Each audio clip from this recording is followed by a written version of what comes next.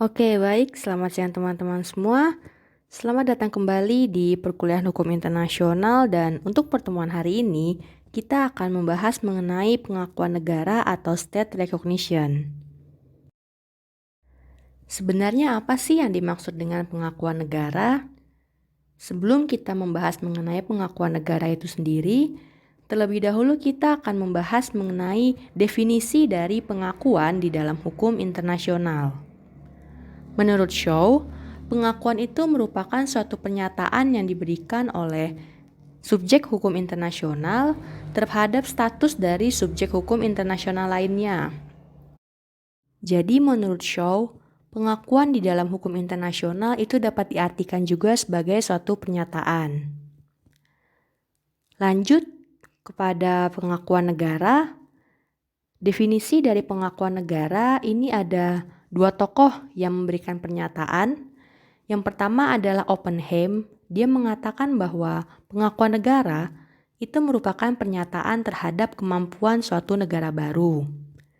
Sedangkan Huala Adolf, dia memberikan definisi pengakuan negara itu sebagai tindakan politis suatu negara untuk mengakui negara baru sebagai subjek hukum internasional, di mana tindakan politis ini pada akhirnya akan melahirkan akibat hukum tertentu. Apa saja akibat hukum yang lahir dari tindakan pengakuan negara?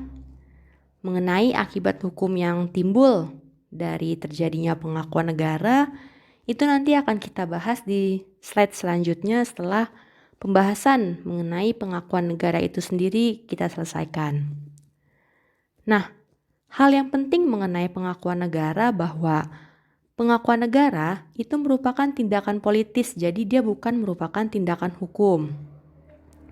Meskipun dia merupakan tindakan politis, tetapi pengakuan negara itu pada akhirnya akan melahirkan atau akan menimbulkan akibat hukum yang mana akibat hukum ini dia akan memberikan hak dan kewajiban kepada negara yang diakui.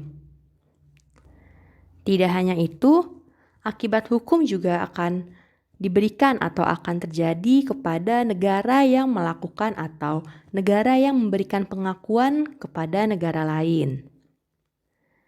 Mengapa pengakuan negara dikatakan sebagai tindakan politis?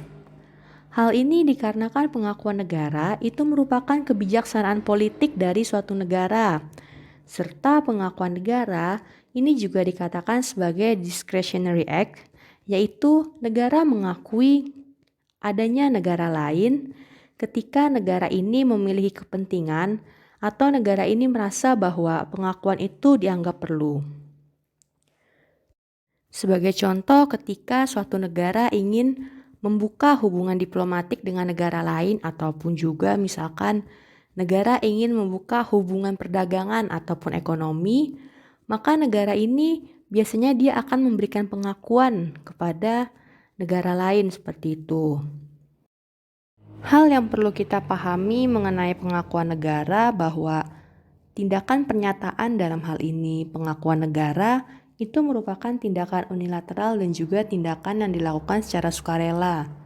Dalam artian bahwa tidak ada kewajiban atau tidak ada tanggung jawab di dalam internasional bagi suatu negara untuk mengakui atau untuk memberikan pernyataan terhadap keberadaan dari negara lain. Karena tidak adanya paksaan atau tidak adanya kewajiban bagi negara untuk memberikan pengakuan kepada negara lain, maka dari itu pengakuan negara ini dikatakan sebagai tindakan unilateral atau sepihak dan juga dikatakan sebagai tindakan yang dilakukan secara sukarela. Mengenai pengakuan negara sebagai tindakan secara sepihak atau tindakan unilateral, dalam artian bahwa negara itu dia bisa menolak untuk mengakui keberadaan dari negara lain. Sebagai contoh yaitu Lituania yang pada awalnya dia merupakan bagian dari negara Uni Soviet. Ketika Lituania ini dia menjadi suatu negara, dia tidak diakui keberadaannya oleh Uni Soviet. Mengapa Uni Soviet tidak mengakui keberadaan dari Lituania? Hal ini dikarenakan kemerdekaan atau pembentukan negara Lituania itu dilakukan dengan cara-cara inskonstitusional, yaitu Lituania dia melakukan reformasi yang pada akhirnya dia melepaskan diri dari Uni Soviet. Uni Soviet sebagai negara induk dari Lituania sudah pasti dia tidak akan memberikan atau Uni Soviet tidak memberikan pengakuan kepada Lituania sebagai negara. Nah, tindakan yang dilakukan oleh Uni Soviet ini kemudian juga didukung atau diikuti oleh Amerika Serikat dan Inggris, di mana Amerika dan Inggris itu juga tidak mengakui Lituania sebagai negara. Amerika dan Inggris pada saat itu dia memiliki hubungan yang baik dan dekat dengan pemerintah Uni Soviet, sehingga lahirnya Lituania yang melepaskan diri dari Uni Soviet dan juga Lituania memperoleh kemerdekaannya dengan cara inskonstitusional. Ini membuat Amerika Serikat dan Inggris tidak mengakui keberadaan Lituania sebagai suatu negara. Nah, hal tersebutlah yang kemudian dikatakan bahwa pengakuan itu dia merupakan tindakan secara sepihak atau unilateral. Pelaksanaan dari pengakuan negara ini dia dilakukan dengan berdasarkan pada dua teori. Yang pertama adalah teori konstitutif dan yang kedua adalah teori deklaratif. Teori konstitutif dia mengatakan bahwa pengakuan itu merupakan hal mutlak bagi keberadaan negara di dalam hukum. Sehingga ketika negara ini dia tidak mendapatkan pengakuan dari negara lain, maka negara tersebut dapat dikatakan belum lahir atau negara tersebut tidak memiliki status di dalam hukum internasional. Sehingga seringkali juga teori konstitutif ini dikatakan sebagai teori yang mendukung bahwa pengakuan itu akan melahirkan suatu negara. Ada beberapa tokoh yang berpengaruh dalam teori konstitutif ini, diantaranya yaitu ada Lauterpacht, kemudian Hans Kelsen, dan juga ada Anzilotti. Lauterpacht sendiri dia mengatakan bahwa a state is and becomes an international person through recognition only and exclusively. Jadi sangat jelas di sini bahwa pernyataan yang diberikan oleh Lauterpacht, keberadaan negara sebagai subjek dari hukum internasional itu hanya dapat dilakukan ketika negara ini sudah diakui keberadaannya oleh negara lain.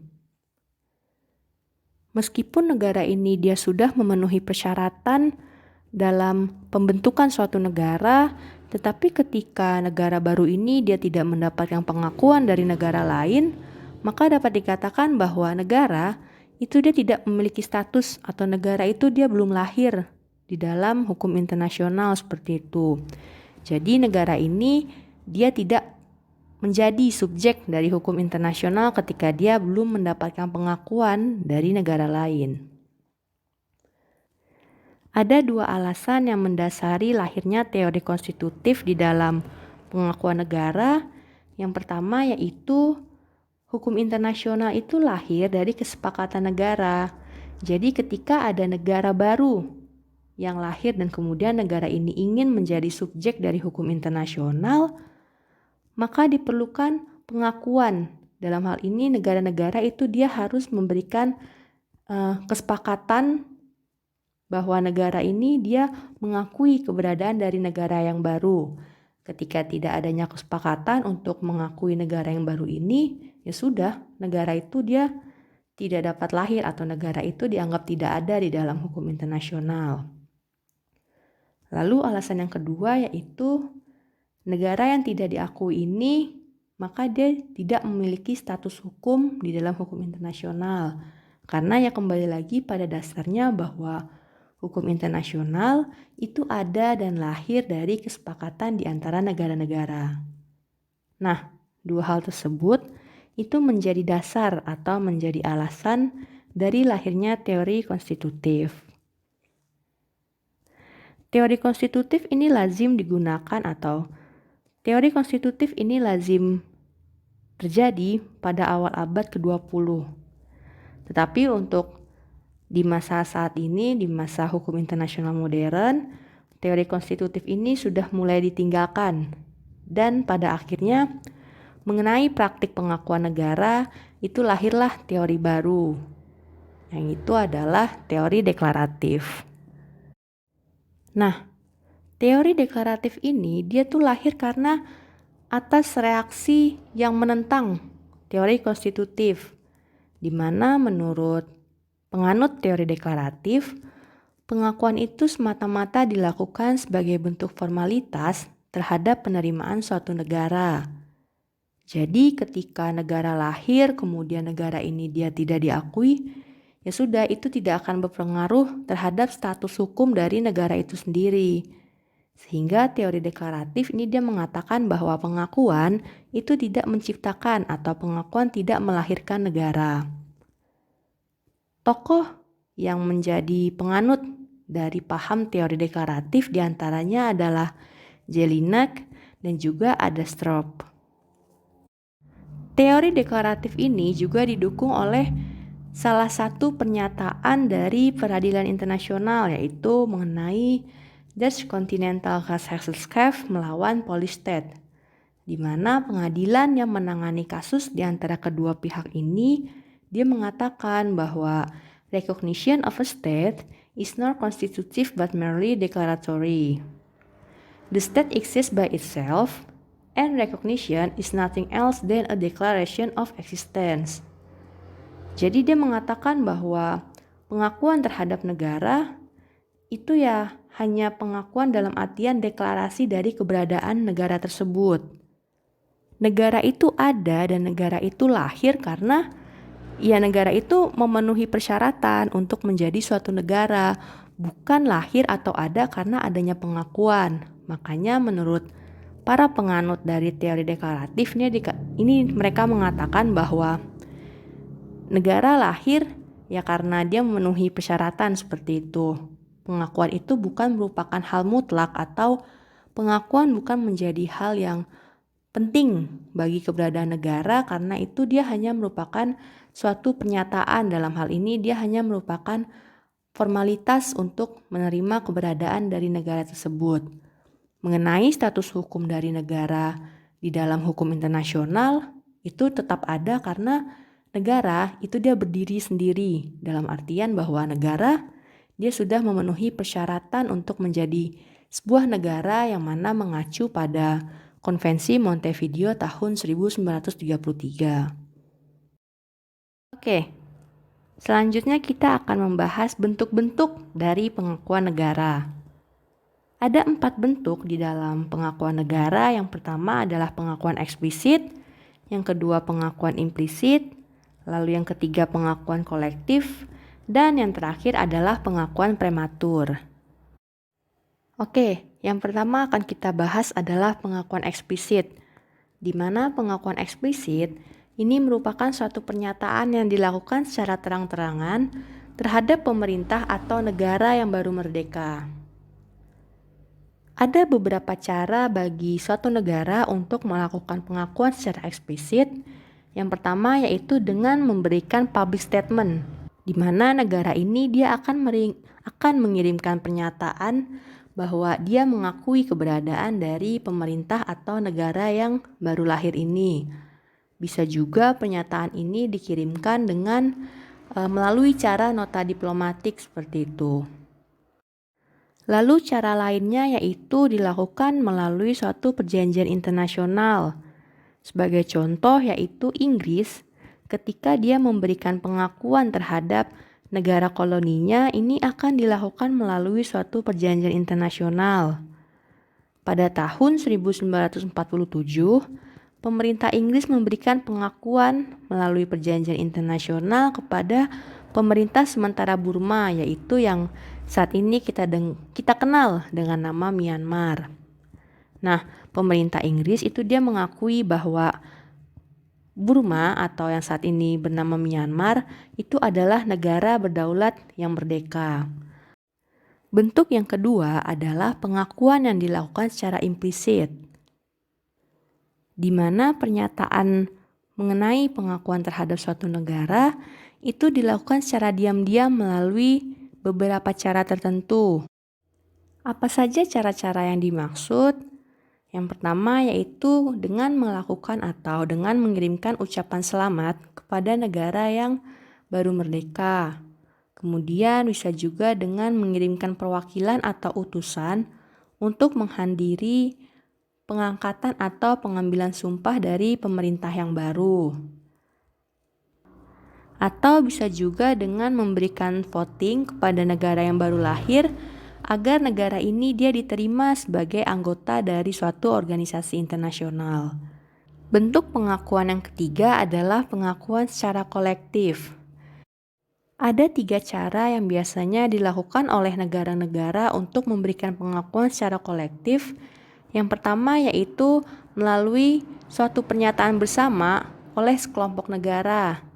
Jadi ada beberapa negara nih, dia membentuk suatu kelompok gitu. Kemudian kelompok negara ini dia memberikan pernyataan atau deklarasi yang mana berisi bahwa kelompok negara ini dia mengakui keberadaan dari negara yang baru merdeka. Lalu cara yang kedua yaitu dengan menerima negara yang baru merdeka ini untuk menjadi pihak dalam suatu perjanjian multilateral.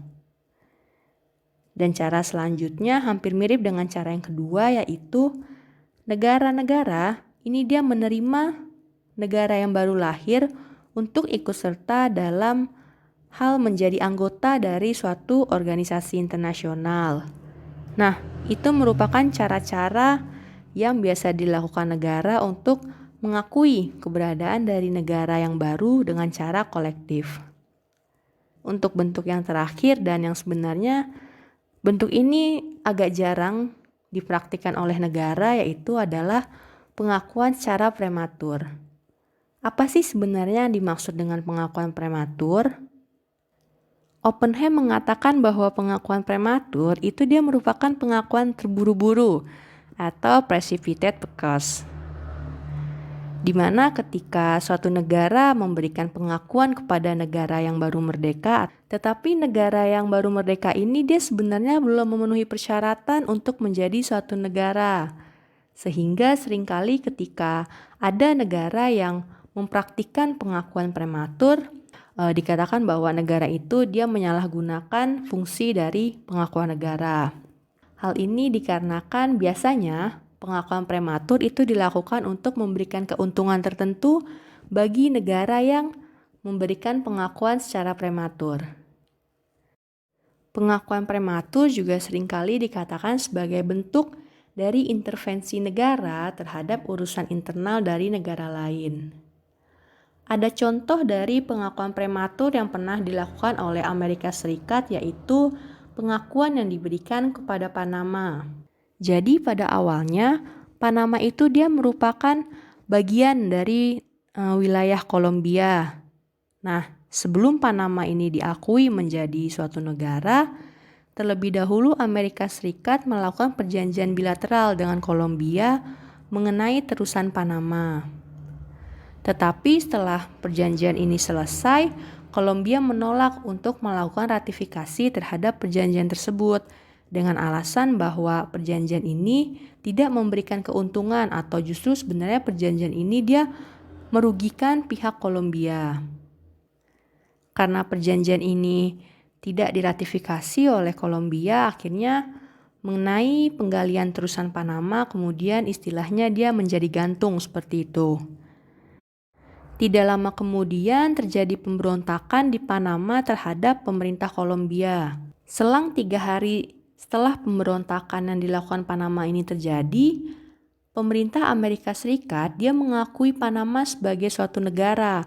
Padahal sebenarnya belum ada kepastian nih apakah pemberontakan yang dilakukan oleh Panama ini akan berhasil dalam artian belum diketahui bahwa apakah pemberontakan Panama ini akan mewujudkan keinginan Panama untuk menjadi negara sendiri yang mana dia akan terlepas dari pemerintah Kolombia. Tindakan dari Amerika ini kemudian dikatakan oleh beberapa ahli sebagai contoh dari pengakuan prematur atau pengakuan yang dilakukan secara terburu-buru. Selain itu ditemukan suatu fakta di mana rezim baru Panama ini dia memberikan janji kepada pemerintah Amerika Serikat, itu mereka dapat melanjutkan penggalian di terusan Panama untuk kepentingan pelayaran Amerika Serikat, yang mana sebelumnya usaha untuk meneruskan penggalian di terusan Panama ini sempat tertunda dengan tidak diratifikasinya perjanjian antara Kolombia dengan Amerika Serikat. Pembahasan selanjutnya yaitu mengenai pengakuan terhadap pemerintah. Sebenarnya ketika suatu negara memberikan pengakuan terhadap keberadaan dari negara lain, secara otomatis pengakuan itu juga dilakukan terhadap pemerintahannya. Tetapi mengenai materi pengakuan pemerintah ini kita bahas dalam artian pemerintahan yang baru. Jadi ketika ada suatu negara kemudian dia memiliki pemerintahan yang sah, tetapi beberapa saat kemudian seperti itu ada pemerintahan baru lain yang muncul atau ada pemerintahan asing yang ingin menduduki negara tersebut. Nah, apa sih sebenarnya yang dimaksud dengan pengakuan pemerintah? Secara umum, pengakuan pemerintah itu merupakan pernyataan dari suatu negara bahwa negara tersebut bersedia untuk berhubungan dengan pemerintah yang diakui sebagai organ yang bertindak untuk dan atas nama negaranya. Sama halnya dengan pengakuan negara, pengakuan pemerintah ini juga merupakan bentuk pengakuan politis atau ini merupakan kebijaksanaan politik dari suatu negara. Jadi ini dia bukan merupakan tindakan hukum. Biasanya pengakuan pemerintah ini dilakukan terhadap pemerintahan yang baru, yang seperti sudah saya jelaskan bahwa ketika ada suatu negara kemudian ada pemerintah yang berdaulat, yang berkuasa, tetapi suatu waktu tiba-tiba muncul kekuasaan lain, yang mana kekuasaan ini ternyata merupakan pemerintah asing yang ingin mengambil alih pemerintahan yang sudah ada. Nah, mengenai pengakuan terhadap pemerintah yang baru ini, penolakan terhadap keberadaan dari pemerintah baru itu dia tidak akan mempengaruhi pengakuan terhadap negara itu sendiri, dalam artian ketika pemerintah baru ini dia tidak diakui oleh negara lain, ya negara dari pemerintah baru ini ada, dia tetap ada dan dia tetap menjadi subjek di dalam hukum internasional. Hal ini bisa kalian lihat di dalam kasus Lehigh Valley Railroad melawan negara Rusia, di mana pengadilan yang menangani kasusnya itu mengatakan bahwa pemberian ataupun penolakan pengakuan pemerintah baru tidak ada hubungannya dengan pengakuan terhadap negara. Status hukum negara tidak hilang begitu saja ketika pemerintah baru tidak diakui. Jadi di sini sangat jelas ya, ketika lahirnya suatu pemerintah baru di dalam wilayah suatu negara, kemudian pemerintah baru ini dia tidak diakui keberadaannya oleh negara lain, bukan berarti bahwa negara yang memiliki pemerintah baru itu dia tidak memiliki status di dalam hukum internasional, tetapi ya negara itu dia tetap ada meskipun pemerintahan barunya tidak diakui, seperti itu. Nah, selanjutnya mengenai pengakuan pemerintah itu ada dua bentuk dalam pelaksanaan pengakuan pemerintah yang sebenarnya ini juga berlaku di dalam pengakuan negara, yaitu yang pertama adalah pengakuan de facto, di mana pengakuan de facto ini mengatakan pengakuan yang diberikan terhadap suatu pemerintah atau terhadap negara itu berdasarkan pada fakta atau kenyataan bahwa pemerintah dari negara itu ada. Mengapa pengakuan bisa dilakukan dalam artian de facto? Hal ini dilakukan ketika negara memiliki pertimbangan politis, yaitu negara yang ingin memberikan pengakuan, dia masih melihat stabilitas dan dari pemerintah negara tersebut. Jadi pengakuan de facto itu dilakukan ketika negara masih bimbang atau negara masih ragu nih, apakah pemerintah ini dia dapat menjalankan tugas dan fungsinya sebagai pemerintahan yang berdaulat atau tidak. Nah, ketika masih terjadi keraguan mengenai hal tersebut, negara dapat memberikan pengakuan secara de facto dulu nih bahwa pemerintahan dari negara itu memang ada berdasarkan kenyataannya, seperti itu. Lalu yang kedua adalah pengakuan de jure. yaitu di mana pengakuan ini diberikan berdasarkan persyaratan kualifikasi negara menurut hukum internasional. Nah, apa saja kualifikasinya di dalam hukum internasional? Yang pertama yaitu berdasarkan efektivitas. Apakah negara atau pemerintah itu dia menguasai wilayah dan rakyat yang ada di dalam negaranya, seperti itu. Lalu kualifikasi yang kedua yaitu regularitas, yang berarti bahwa rakyat atau penduduk yang berada di dalam wilayah dari negara atau pemerintah itu mendukung sepenuhnya kepada negara atau pemerintah berdasarkan konstitusi. Lalu kualifikasi yang ketiga yaitu adalah eksklusivitas, dalam artian bahwa hanya pemerintahan itu saja yang sah dan berdaulat, yang mana pemerintah ini dia memiliki kekuasaan di dalam negara. Jadi tidak ada pemerintahan atau tidak ada kekuasaan berdaulat lainnya di dalam wilayah suatu negara. Jadi memang hanya ada pemerintah itu saja, seperti itu. Nah, dalam implementasi mengenai pengakuan pemerintah itu ada 3 doktrin yang mendasari pelaksanaan atau praktik pengakuan pemerintah. Yang pertama adalah doktrin Tobar, di mana doktrin Tobar ini dia mengatakan bahwa suatu negara harus berusaha untuk tidak mengakui pemerintahan asing yang dibentuk berdasarkan kudeta militer atau pemberontak. Jadi ketika ada pemerintahan asing yang lahir dengan cara yang inkonstitusional, yaitu dengan cara kudeta militer atau pemberontakan, itu seharusnya negara tidak boleh memberikan pengakuan terhadap pemerintahan tersebut. Misalkan pun ternyata negara ingin mengakui pemerintahan itu, setidaknya pemerintahan asing yang baru ini dia harus disahkan terlebih dahulu dengan cara konstitusional. Sehingga doktrin Tobar ini juga seringkali disebut sebagai doktrin legitimasi konstitusional.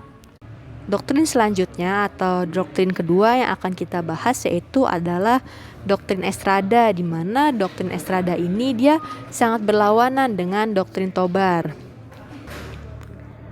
Doktrin Estrada ini mengatakan bahwa penolakan pengakuan terhadap pemerintahan itu merupakan cara yang tidak baik, bukan hanya karena bertentangan dengan kedaulatan suatu negara, tetapi juga merupakan bentuk intervensi terhadap masalah internal dari negara lain. Sehingga menurut doktrin Estrada, dia mengatakan bahwa meskipun pemerintahan asing ini dia lahir di dalam negara, bagaimanapun caranya, negara itu tetap harus melanjutkan hubungan diplomatiknya meskipun telah terjadi pergantian atau perebutan pemerintahan. Dasar dari doktrin Estrada ini yaitu pada suatu statement yang mengatakan bahwa diplomatic representation is to the state and not to government. Jadi dia mengatakan bahwa perwakilan diplomatik itu dilakukan untuk keberadaan dari suatu negara atau dilakukan untuk hubungan negara, bukan untuk pemerintahan. Nah, selanjutnya yaitu adalah doktrin Stimson. Hampir mirip dengan doktrin Tobar. Doktrin Stimson ini dia mengatakan bahwa pengakuan terhadap pemerintahan itu tidak seharusnya diberikan ketika pemerintah yang lahir itu melalui cara kekerasan untuk mengambil alih kekuasaan. Stimson yang merupakan Menteri Luar Negeri dari Amerika Serikat, dia menolak untuk mengakui pemerintahan yang lahir dengan cara penggunaan kekerasan ataupun terjadinya pelanggaran terhadap suatu perjanjian internasional. Jadi pada tahun 1932, Stimson mengirimkan nota diplomatik yaitu nota protes seperti itu kepada Jepang dan Cina, yang mana isi nota diplomatiknya itu dia menolak pembentukan negara Manchukuo oleh Jepang dari wilayah provinsi Cina yang awalnya diduduki oleh Jepang. Tindakan dari Stimson yang menolak pemerintahan atau menolak pembentukan negara Manchukuo ini didukung juga oleh Inggris dan Prancis.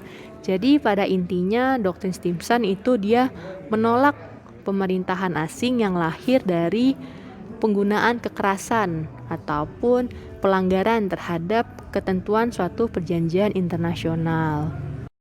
Seperti yang saya sudah jelaskan bahwa meskipun pengakuan negara merupakan tindakan politis, tetapi sebenarnya pengakuan negara itu dia memberikan akibat hukum. Apa saja akibat hukum yang dihasilkan dari pengakuan terhadap negara atau state recognition? Yang pertama yaitu pihak yang memberikan pengakuan itu dia dapat mengadakan hubungan secara resmi atau secara formal. Misalkan dia dapat melakukan hubungan diplomatik ataupun juga dapat melakukan hubungan ekonomi atau melakukan hubungan perdagangan serta melakukan hubungan formal kenegaraan lainnya. Lalu akibat hukum yang kedua yaitu pihak yang melakukan pengakuan itu dia dapat melakukan penuntutan di pengadilan. Selanjutnya yaitu negara atau pemerintah itu dia dapat melibatkan tanggung jawab dari negara yang mengakui secara internasional. Lalu yang terakhir, pihak-pihak yang melakukan pengakuan itu dia memiliki hak untuk mempunyai harta benda di wilayah negara yang mengakui. Nah, itu merupakan beberapa akibat hukum dari terjadinya pengakuan negara ataupun pengakuan pemerintah. Dalam praktiknya, pengakuan yang sudah diberikan itu dapat ditarik kembali. Tetapi pengakuan terhadap suatu negara ketika sudah sekali diberikan itu akan sulit untuk ditarik kembali. Lain halnya dengan pengakuan terhadap pemerintah di mana penarikan atau pencabutan pengakuan terhadap pemerintah itu lebih mudah untuk dilakukan ketika negara atau negara yang melakukan pengakuan itu dia ingin menarik atau ingin mencabut pengakuannya terhadap pemerintah lain. Selain itu, penarikan atau pencabutan kembali terhadap pengakuan itu lebih mudah dilakukan terhadap pengakuan secara de facto dibandingkan dengan pengakuan secara de jure. Mengapa terjadinya penarikan kembali terhadap pengakuan yang sudah diberikan? Biasanya hal ini dilakukan ketika pemerintah negara yang diakui itu dia telah jatuh. Sebagai contoh yaitu pada tahun 1975, Khmer Merah diakui sebagai pemerintahan yang sah di Kamboja dan kemudian Khmer Merah itu menjadi anggota PBB.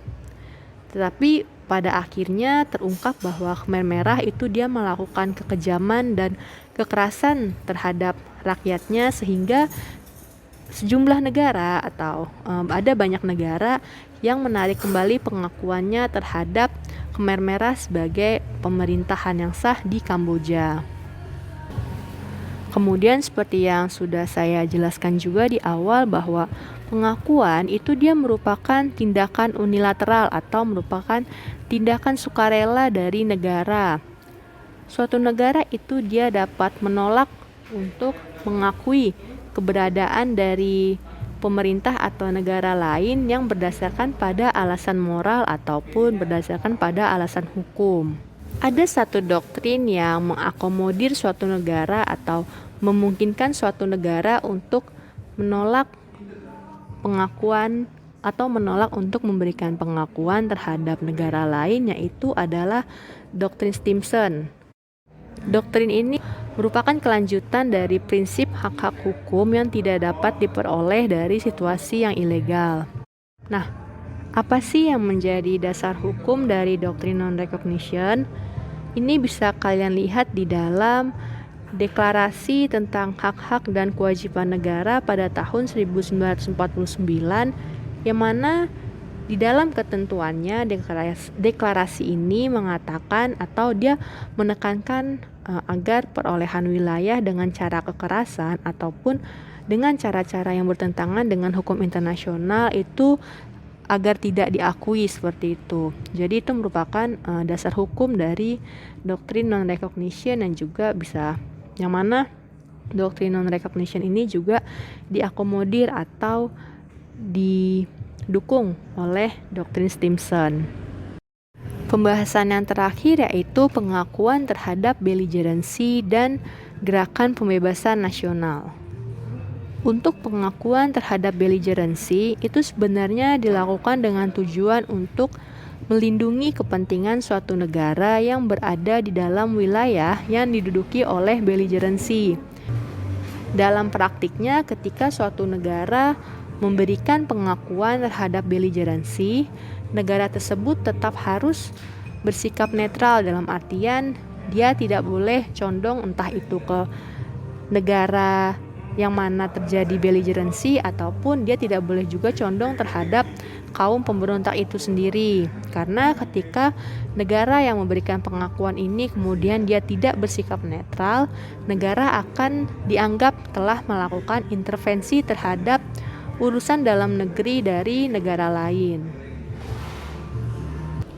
Sedangkan untuk gerakan pembebasan nasional itu biasanya terjadi dengan tujuan untuk memerdekakan diri menjadi sebuah negara yang merdeka dan independen di atas wilayah yang dijajah atau dikuasai oleh negara asing.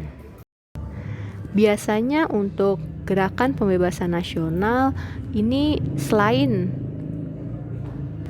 menjadi urusan internal dari suatu negara, gerakan pembebasan nasional ini dia juga biasanya memperjuangkan hak asasinya yang dikuasai oleh bangsa atau negara lain, seperti itu. Contoh dari gerakan pembebasan nasional yang kemudian dia diakui keberadaannya oleh negara atau bahkan diakui oleh organisasi internasional yaitu adalah Palestine Liberation Organization, juga Southwest Africa People's Organization, di mana dua gerakan pembebasan nasional ini mereka sama-sama memperjuangkan haknya untuk mendirikan negara serta mereka juga memperjuangkan hak asasi dari rakyatnya, seperti itu. PLO dia memperjuangkan untuk mendirikan negara Palestina, sedangkan untuk SWAPO dia memperjuangkan hak untuk mendirikan negara Namibia. Pengakuan terhadap dua gerakan pembebasan nasional ini juga dilakukan oleh organisasi internasional yaitu PBB, di mana di dalam resolusi Majelis Umum PBB nomor 3237 tahun 1974, PLO diberi status sebagai peninjau tetap dari PBB. Sama halnya juga SWAPO yang mana dia mendapatkan status yang sama dengan PLO dengan sebutan atau dengan istilah the sole and authentic representative of the Namibian people.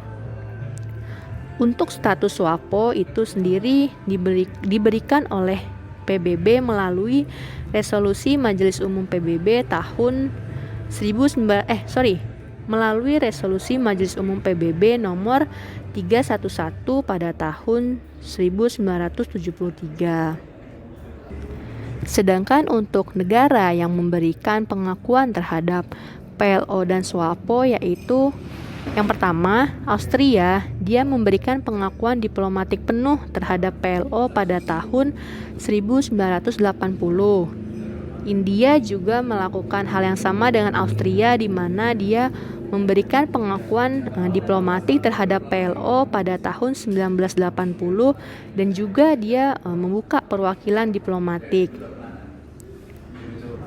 Uni Soviet juga melakukan hal yang sama pada tahun 1981, di mana Uni Soviet ini dia memberikan status diplomatik resmi pada PLO dan kemudian PLO itu dia membuka kantor diplomatik di wilayah Uni Soviet, tepatnya di Moskow.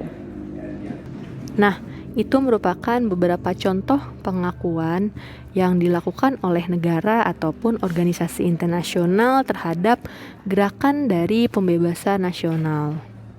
Oke, baik. Saya rasa cukup ya untuk pemaparan materi pada pertemuan hari ini, yaitu mengenai pengakuan negara, di mana sebenarnya ketika suatu negara melakukan pengakuan terhadap negara lain, secara otomatis pengakuan tersebut juga mengakui keberadaan dari pemerintah negara tersebut. Mengenai pengakuan terhadap pemerintah itu merupakan hal lain lagi, dalam artian biasanya untuk Pengakuan pemerintah itu dilakukan ketika muncul atau lahir pemerintah asing yang baru di dalam wilayah suatu negara. Silakan teman-teman bisa membaca referensi atau bisa membaca literatur lain mengenai pengakuan negara agar lebih mendapatkan ilmu serta pengetahuan yang lebih banyak mengenai hukum internasional, khususnya mengenai pengakuan negara. Cukup sekian pemaparan materi saya pada